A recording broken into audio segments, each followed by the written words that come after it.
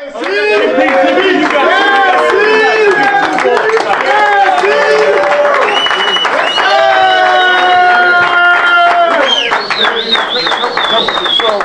Chris. This is every teammate you have assisted on in your career. We have all watched and admired you in this long journey. And we've all been privileged this year to experience it up close. It's been a hell of a journey. We are very, very privileged to be a part of it. And in typical CP fashion, after he passes Magic and J-Kid and in all the milestones and accomplishments he's had, this is at the top as the number 2 assist guy, and he got it with a fucking win.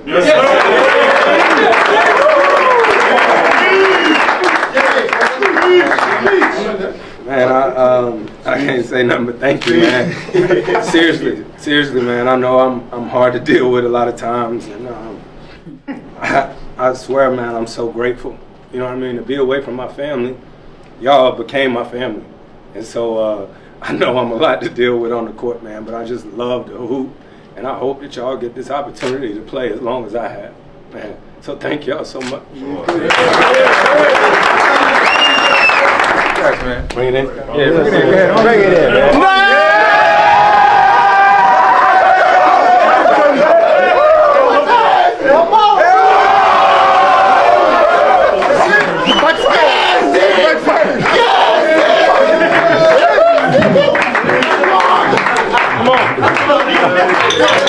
Yes, sir. Spurs on 3. 1, 2, 3. Spurs!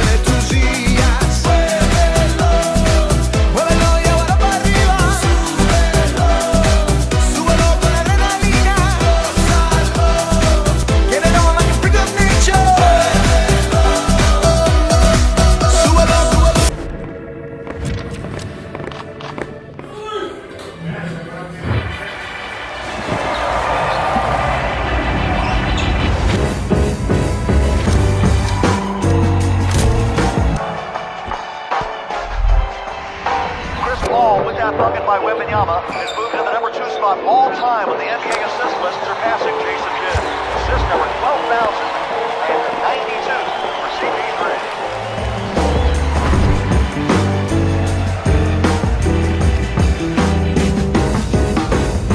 Meanwhile, Paul. Back to Wemby.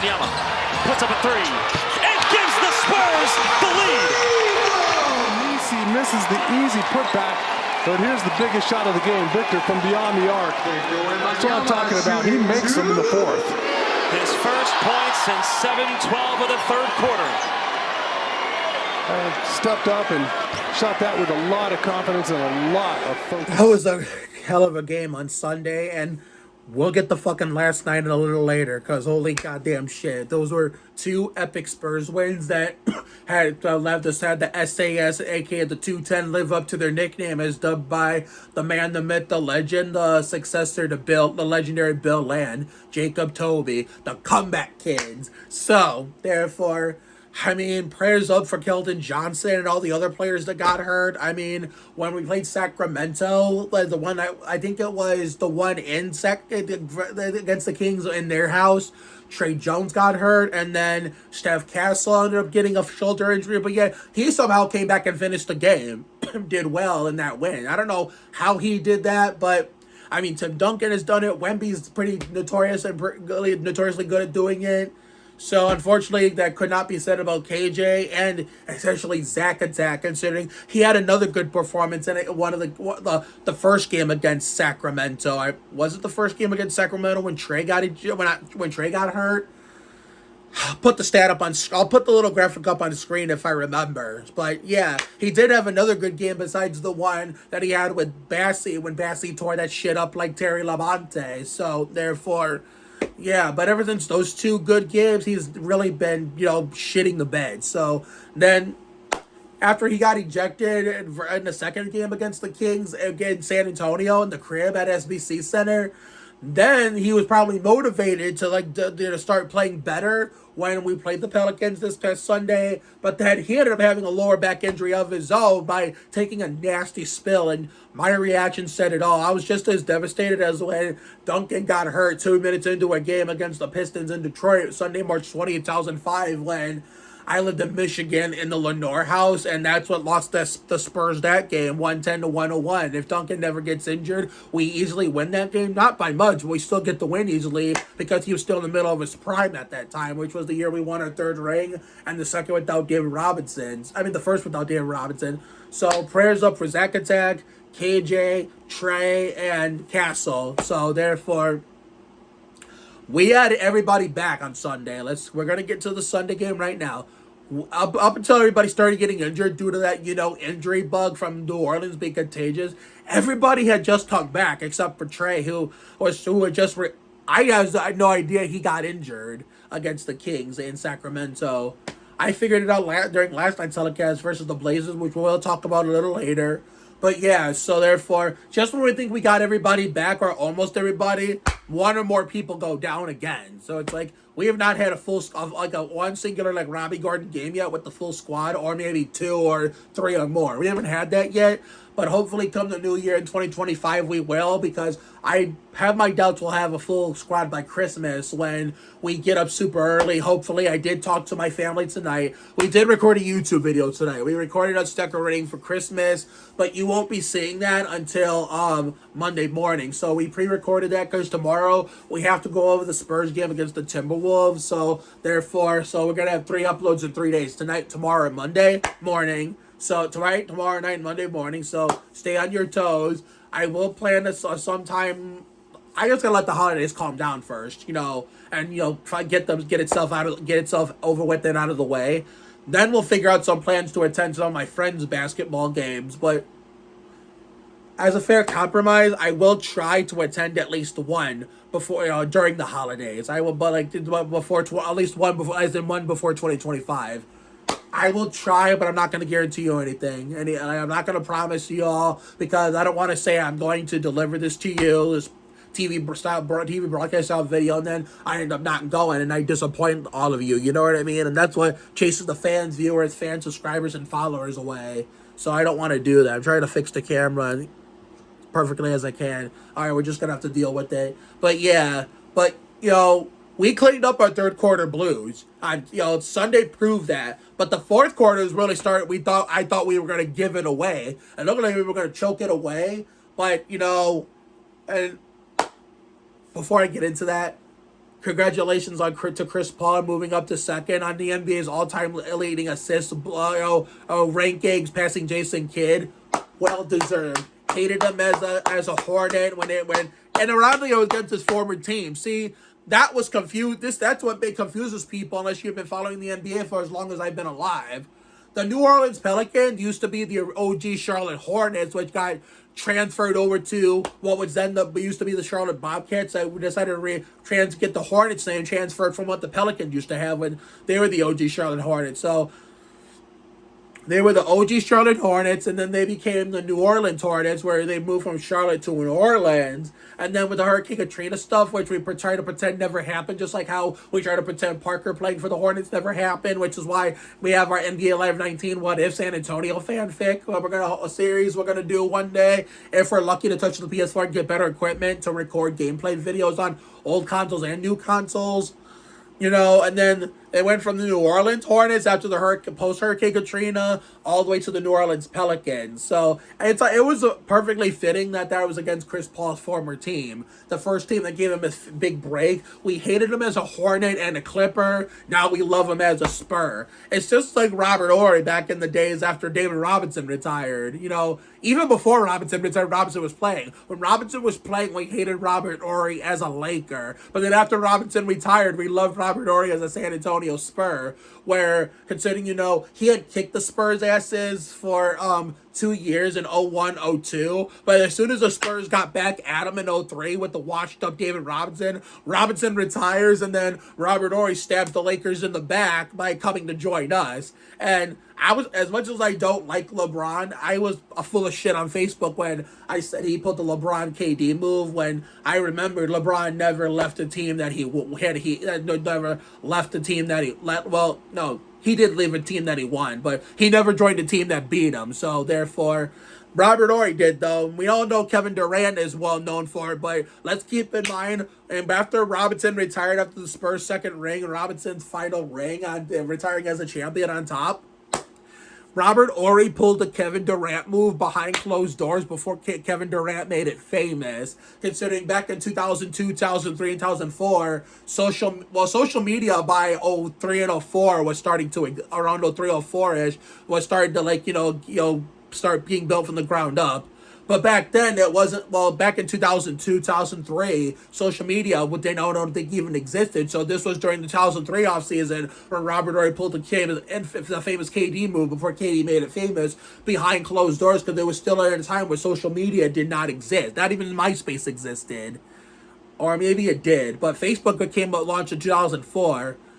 But even if MySpace did exist, okay, fine, but it wasn't that big of a deal. Social media, with only one platform, was not as big of a deal like it is now. That's why it doesn't get talked about as much, no matter if you're a Spurs fan or a fan of the other 2019s, where Robert Horry pulled the famous KD move before KD made it famous, and social media wasn't a big deal back then because other than MySpace, it mostly didn't exist. It happened behind closed doors, where when Kevin Durant did it happened out in plain sight, which is why it was such a public move. So therefore, but yeah, I was like a kid. I was like 9, 10, 11 years old. I did not understand that stuff and how people fans take offense to that. So I was kind of happy that he joined. So therefore, I know in 2004 he should have stayed one more year, considering, Shaq and Kobe got back at Tim Duncan with his first year without David Robinson.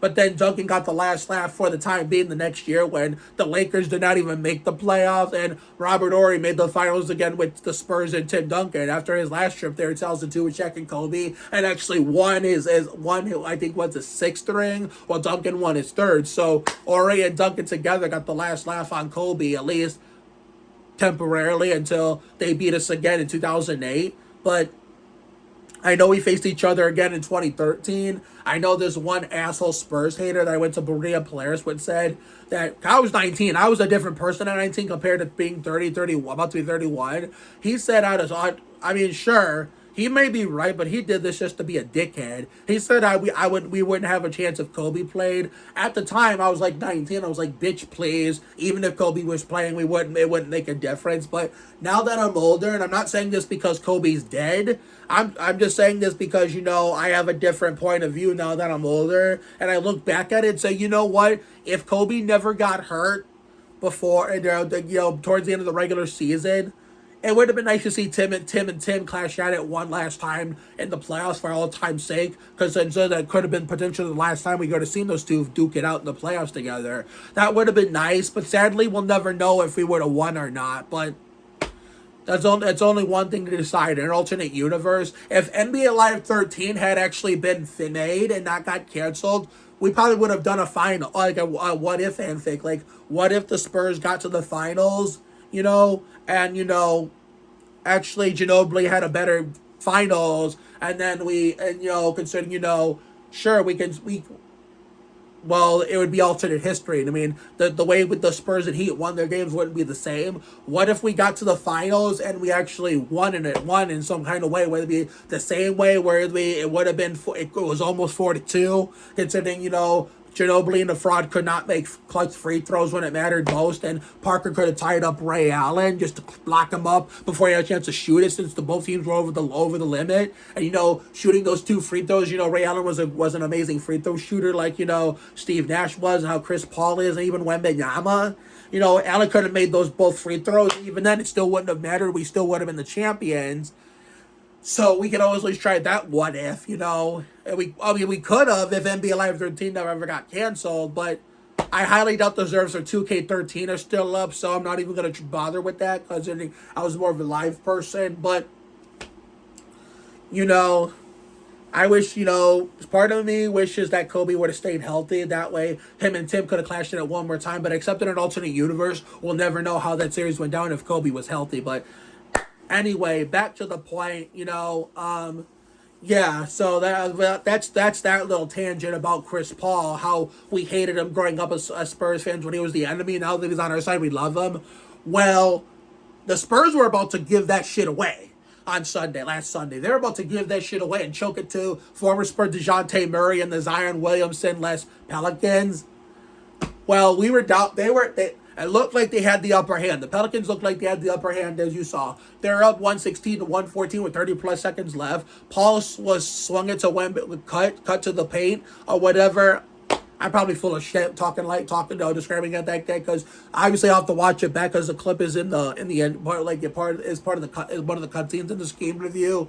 He pairs it back to Wemby. He's like barely in between the logo and the 3-point line, the logo at center court. He shoots it and makes it, and it was a momentum changer. The momentum swung the other way, and it turns out we were able to hold on and get the win. And it's like, man, I guess these are starting to become these are going to become Wemby Spurs, because Wemby is making sure the Wemby effect, especially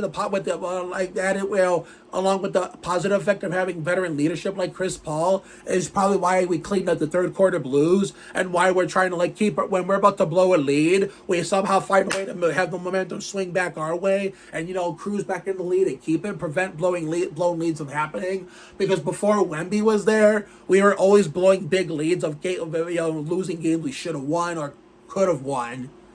And the first year Wemby was there, last year, Tankathon 2.0, first Tankathon 1.75, sure, we were blowing leads, but it wasn't as egregious or as frequent as the pre-Wemby Spurs of, this, post, Duncan, Parker, Ginobili, big 3 Spurs that, we've been dealing with since 1920. I mean, 17-18, when Parker and Ginobili were there for the last time, Ginobili retired, and that season we wish never would have happened, which is why we use NBA Live 19, But 18-19 was the when we started, our success started going down the toilet. We were lucky to be there in 2019 when we shouldn't have been. And 2017-18, we kind of deserved to be there, but kind of didn't. We had a good record to start that season. But here's the thing, though. The fraud, quit on us, with Uncle Dennis faking an injury hiding from officials outside of a subsequent 9 games, and forced his way out that following offseason, which is when Parker, the whole Parker DeJounte Murray drama was happening, which is something us in San Antonio are not used to since, 2000, when we lost the Cavs on my 6th birthday. And Avery Johnson and I think Malik Rose got into it or something, and Terry Porter was getting more minutes than It's a fucking crazy story. Terry Porter, Malik Rose, Avery Johnson were involved into some Spurs drama right around my 6th birthday. And good thing the internet wasn't a big deal when I was 6 compared to now. Now that it's getting leaked out there. Because 6-year-old me would have probably had 2 bad birthdays in a row. 2000 with the Spurs drama. And then 01, my first year as a NASCAR fan, my first race, my first driver, losing Dale Sr. So that would have been 2 bad birthdays in a row. So I'm glad I only had 1 because of senior, and I didn't know nothing about the Spurs in 2000. But yeah, so therefore I forgot what I was saying. Hold on.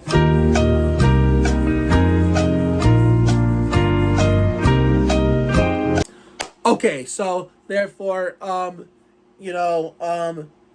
yeah, the first year we really shouldn't have been there we kind of deserved to be there in 17-18, considering despite, you know, the fraud shenanigans, we had a good winning record. But then we started, I seem to forget, I talk about the other season so much when we should have been in the our playoffs when we were there anyway, just for the sake of the streak, which was meaningless by the time I was growing up as an older Spurs fan for as long as I've been alive.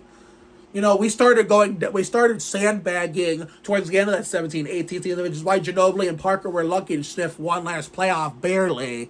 The next year, we barely made it. We sucked for a majority of 18-19, and even if Parker stays and Murray never gets hurt, maybe we're slightly better, but I don't think we're perfect. Sure, we could have beaten the Nuggets, but I don't think we make it past the second round, which is why my Live 19 fanfic with Parker staying and Murray never getting hurt.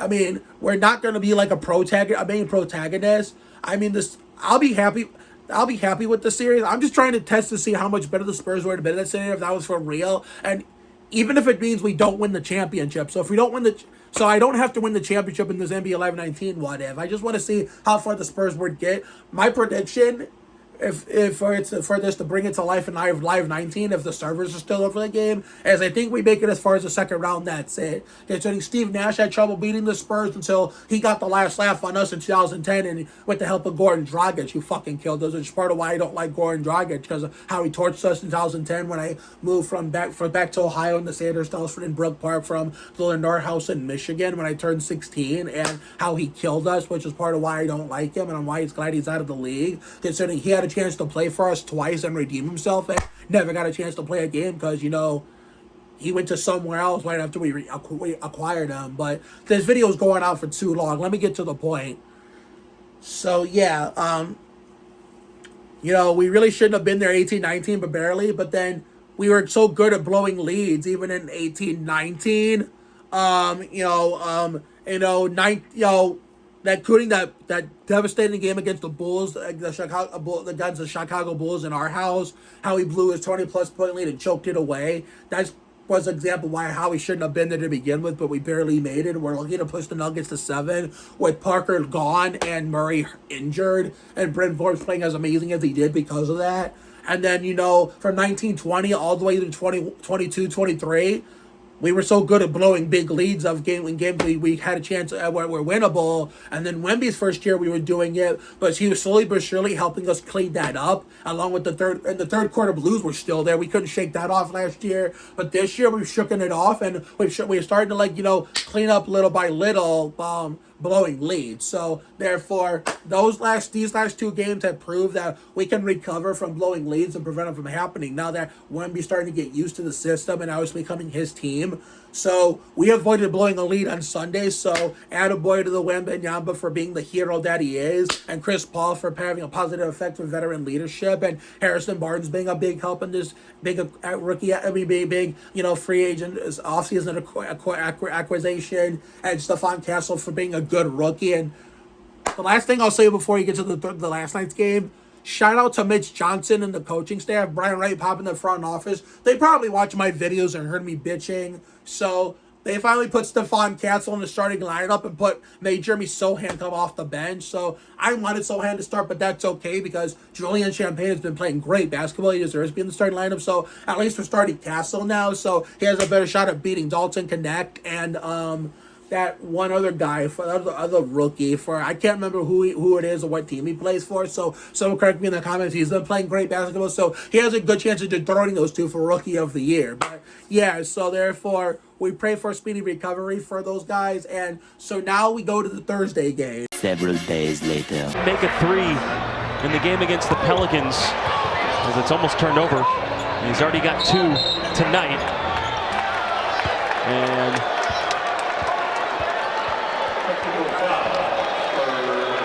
technical Chris. on CP3. I think he felt like he was being held there when Scoot Henderson almost stole the ball.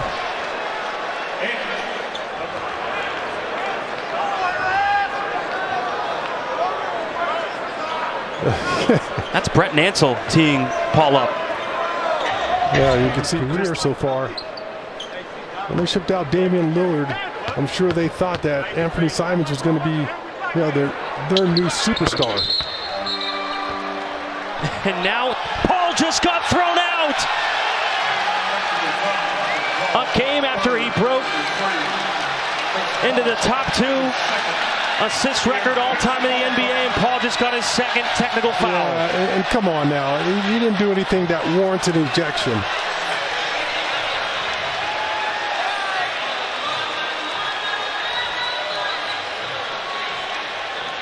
Later that night.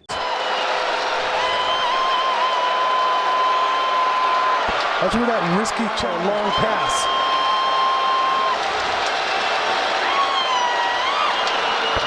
Both free throws good.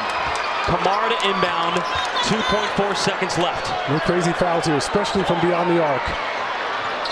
Kamara, Avdia, that's for the win.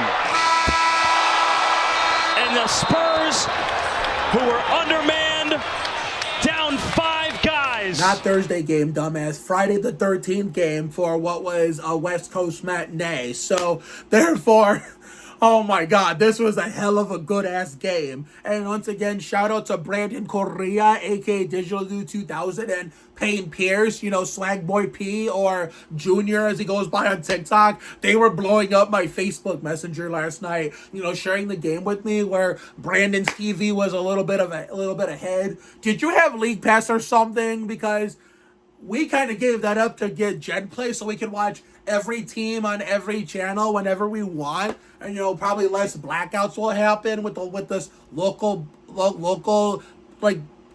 team policy bullshit that League Pass has. I don't know if this Gen Play has it, but if you were watching on League Pass, cool. I don't know if you're watching the Spurs feed, Brandon, or the Blazers feed, but regardless, I was watching the Spurs feed on that Gen Play streaming service, and Payne Pierce was watching the Blazers commentary, so it was like we were watching the same thing in two or three different ways, which is really interesting. So, therefore, Chris Paul looked to have a really good game. It looked like he was going to continue the momentum, as kind of like how Zach Attack was going to be motivated to build some momentum from, his ejection from the 2 games ago versus the Kings until that horrific injury when he fell over the top over, I think it was Murray, I believe, for a former teammate, and landed hard on his hip, and it ran into his back. But thankfully, I heard from a Spurs fan group that they're listening to talk doctor orders, and it's not serious. They're listening to operations. I can't, whatever how the fuck they described, the group described it, and they're listening, they're following directions, and, they're coming along really well, and most important of all, the injuries are not serious, so they should be back sooner than we think. So they're probably a little bit ahead of schedule. But anyway, Chris Paul looked to build on the momentum from, how well he did, moving up to second on the NBA assist leaderboard, all-time assist leaderboard. But then he picked up 2 quick technicals before he could even break a sweat. So I had a feeling it was either going to go 2 ways. It was going to go the 1999-2000 way in the same game where Robinson got ejected sometime early in the game, and the Spurs were without Timmy and the young Spurs were without, well, not the young Spurs, the young Timmy and the rest of the Spurs, which some of them were young players. Some of them were older than dirt, way past their prime. Were without their cornerstone, captain that's been there since the late 80s, early 90s, David Robinson, and the guy who was about to he was passing the torch to had to carry him himself, and he hit that game winner against. Was it fourth quarter or was it overtime? I'm gonna insert the clip if I remember to, but yeah, so. Yeah, that was when the whole bench started jumping up and down, going crazy because Duncan hit that shot to win him the game, and then he did that celebration to walking down the court as they called timeout, and he got to the bench and everybody was high-fiving him. It just sucks Robinson got ejected, and he couldn't really get to see that. He wasn't on the floor to see Samaki Walker had to finish the game in his place for him, but I was 6 years old, just moved to Michigan, so I don't have any memory of that game physically. I don't even know if I even watched the Spurs. I mean, my dad did watch quite a bit of NBA when we moved to the house that season, but I don't remember physically watching any Spurs games on national television that year. Not even that one, and damn well I don't remember the Cavs one on my birthday when we shit the bed and lost. But anyway, it was either going to go that route or it was going to go the route of that Spurs game against the Pistons in Detroit that I went to March 20th when I skipped the Cracker Barrel 500 to, go to that game to see the Spurs play in person where I was living at the time. And, Duncan getting hurt and the Spurs losing because the Duncan got a serious ankle injury 2 minutes of the game. It was either going to go with one of those two routes. And it went the 2000 route rather than the 2005 route where David Robinson got ejected and yet the Spurs still won because Duncan's heroics. Well, here's the thing, though, about that game. This is going to be a little shorter and sweeter than you guys think. So, we got off to a little bit of a rocky start. We figured it out in the first quarter. We had their number in the second quarter. But then the third quarter blues started coming back when I thought we had cleaned it up. But then towards the end of the quarter, we were starting to finally make progress and finally show what the new San Antonio Spurs third quarter, the new version of the San Antonio Spurs in the third quarter, not these third quarter blue Spurs that was dating back to the later stages of Duncan's career. Dating back to the championship season 13-14 when we would have a good first half and then shit it up in the third quarter and then either be feast our famine in the fourth quarter, which we're going to start losing games. So, therefore, we figured it out in the third quarter after they kind of had a comeback of their own and built a commanding lead. And then they became the fourth quarter blues and we're starting to fall apart. And then we became the comeback kids and then looked like we were going to pull away and cruise to a cakewalk. They decided, you know what? We're not fucking done yet. We're gonna take the fight back and stay in the game, and then that's what led to the wild finish you saw my reaction of last night, technically this morning. So, yeah. So therefore, that was really amazing. I mean, but the one gripe I have about this, and this is gonna be where the rant comes in. What the fuck was that goddamn awful officiating? I mean, the refs were pretty damn good at swallowing their fucking whistles. Especially if it was someone in a black jersey getting slammed, getting hammered, getting whacked in the face, swallowing their whistles, and we're only getting calls, every once in a blue moon. But as soon as we did it, even if we got a clean block or steal, it was an instant foul. Maybe that's why Chris Paul was so upset because one of the Blazers was holding him and the refs were not calling it. And when Chris Paul was calling them out on their stupidity, they didn't like it. They got all pissy and didn't want to take accountability for their fuck ups to the point where they gave him 2 quick technicals and threw him out before he had a chance to break a sweat. So therefore, but the Spurs made sure the refs were not going to take that game away from us, that Chris Paul could have single-handedly, came and clutched for us as part of this team effort, because there's no I in team. Unlike, don't tell that to, the Lemmings, who wanna,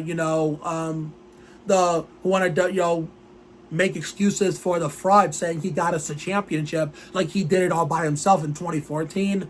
No, because anybody could have won finals. Just because he won finals MVP doesn't mean he gave us a championship like he did it by himself. No, that was a team effort that was, known as the beautiful game, which was why, we had that beautiful ball movement, which is why we did so well in that 13-14 regular season. Even with those third quarter blues, we were still fighting through it. We had a great playoffs, with getting past, Dallas in the first round and 7 games, up to the same day as the Aaron's 499 at Talladega.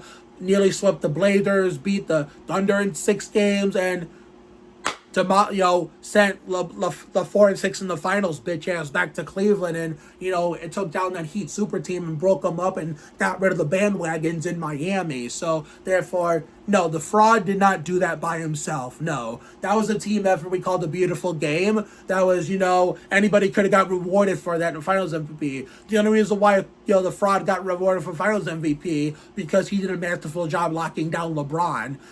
Anybody could have got Finals MVP for their contributions, but, and get this, to all the shills that want to defend him for giving us a championship, which is, is not true, considering 1, we gave him his championship too, so it goes both ways.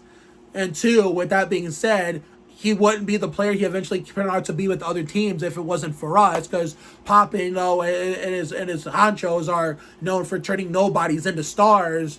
And 3, we were doing a lot of winning for so many years long before he came. So that was, just because he was there and we got, adapted to our system doesn't mean, it was new to us. It was new to him, if anything. So anyway, rant aside, this continued rant. So whenever it was someone in a black jersey getting smacked in the face, or smacked like Bobby Labonte, or just getting whacked as a whole, no call. But as soon as we do it, we barely touch a blazer, even breathe on him for fuck's sake, and it was an instant foul. And Vassell got picked up a technical for, bitching about a no call, which should have been a foul. There's a lot of fouls that, we got hit, slapped, we got whacked in the head, we got smacked in the face, we got held, and the refs weren't calling and swallowing their whistles. So Vassell had every right to be upset and, take one for the team. But at the same time, he was lucky not to pick up a second technical because he and Wemby were the ones that were, keeping, the Spurs in the game, keeping them in the hunt. And get this, he was the one that motivated Wemby to hit the game winner and finish him and send him home, and that's exactly what he did. So, therefore, we made sure the refs were trying to lose us that game, but the joke's on them because we kind of foiled their plan by finding a way to win anyway without, their stupidity and with how they call the games and how they officiate these things. It's like the Spurs haven't had a problem with the refs in a very long time. So this is the first time in a long time we had some kind of vision. Yeah, we still overcame it and beat those assholes. I mean, the assholes being the refs and the Blazers. I wouldn't call them assholes much. I was only calling them names because I was excited in the heat of the moment. You guys will be back in the hunt one day because I know Damian Lillard left,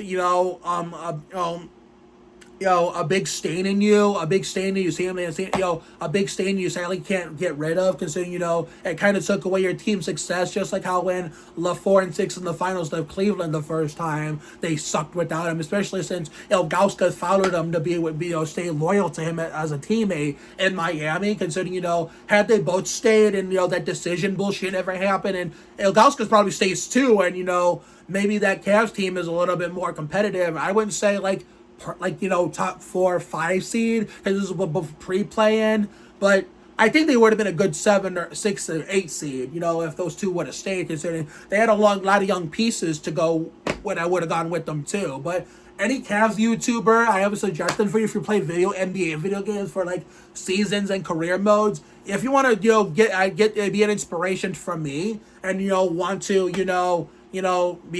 take one of my ideas, how about?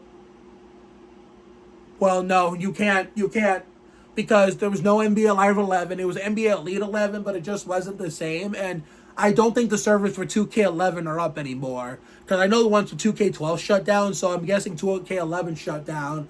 I was going to say you could do a scenario where, LeBron and Ilgauskas never leave the Cavs, and everything else remains the same, and then you want to see how much better they would have been had the decision never happened, and maybe Bosh stays in Toronto and all that stuff, and see how different the 2010-2011 season would happen if that bullshit never happened. But unfortunately, I don't think 2K11 has any service up anymore. I don't know about Live 19. I'll have to look it up, but I'm too scared to look because I don't want to get false hope and, get excited to make this series only to find out the servers Live 19 are down, are shut down forever. But we'll just have to wait and see. But, it was just like that. When he came back, they were great again. And that was when my real life friends here were obnoxious and toxic, obnoxiously toxic and annoying. Trying to make me cheat on my team and everything, trying to tell me no more Spurs, you're with us now. I was like, bitch, no. I was 22, so I didn't know how what to say to them at that point. But now if I could go back and redo it, I'd say, bitch, no. I don't even give a shit if we're not in the finals or if Tim Duncan retires in a few months, which is looking likely considering he's 40. Even if we're not in the playoffs or the finals, or if we get eliminated from the playoffs, or we go 0-82, it still go Spurs go or nothing till the day I die. And I'm not going to cheat on my team no matter how much you delusional lemmings want me to, because that's not what a true fan does. I mean, that 2016 Mickey Mouse title got them into some real trouble, considering how obnoxiously toxic, annoying, and cocky they were. Trying to clown on us, considering, how, because they were probably jealous of how great we were, and now considering they became great in 2015 and 2016, they want to rub it in our faces. Well, I know you guys, not all of you were like that. Shout out to the good ones that were not like that. But even the ones that were like that, they're quiet now. But the point still stands. Take that 2016 Mickey Mouse championship and shove it where the sun don't shine.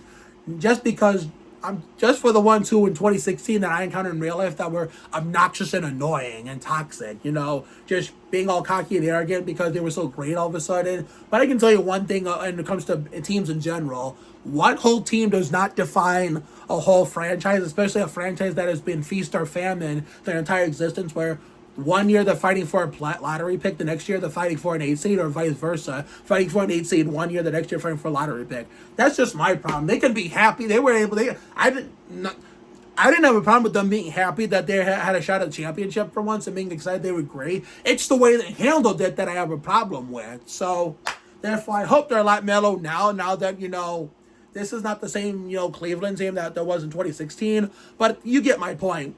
You guys leave, losing Damian Lillard and all those good players from that early to mid 2010s team is probably why you guys are not any good anymore. Because, Damian Lillard and all those good players you had is what made you really good. Really, really good. Kind of like how all those great players we had, that Duncan had, made us so great. And even after Duncan retired in 2016-17, we were still so great and we're competing for wins and championships because we still had great players and even good players. And then when they all retired or left to other teams, that's where we became shit. That happens to every good team. Once all the good players leave or the great players go to retire or go to other teams or good players retire, then guess what? The team starts sucking because then you have to have all these new people have new people that replace them have big shoes to fill, and to complete the rebuild, so that way they can have a run of their own. So if we can do it because they're finally making progress and are heading in that direction, then you Blazer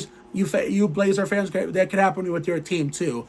One day you guys will be back in the hunt, and I pray for you. You guys aren't the real assholes. Even though I was saying that, in the heat of the moment because I was excited over winning that game in the craziest way possible. It's the refs that were the assholes with how much they poorly officiated the fucking game. And yet in your favor, and I'm not hating you for that. I'm hating them. They just didn't call fair game, and yet which was not in our favor, and yet we still beat the odds and won. So therefore, fuck you, refs. That's what you get for trying to screw us over. You play stupid games, you win stupid prizes and shit like that. And your prizes, shit like that, your shenanigans and stupid games that you play blow up in your face. But that's enough of me for tonight. I want to get this up so that way we can focus on the Timberwolves tomorrow night and get that Christmas decorating video up on Monday morning. And stay tuned on my mom's channel when we finish the Christmas purge. Wrapping up my niece's gifts on camera, and I want to show you something. Look at how nice that looks. None of that debris is still there. None of those objects are there anymore because this is where they went.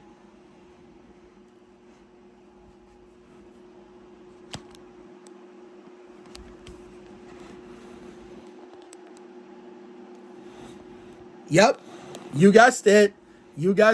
We will be putting up that RCRD ice shelf really, really soon, sometime this week.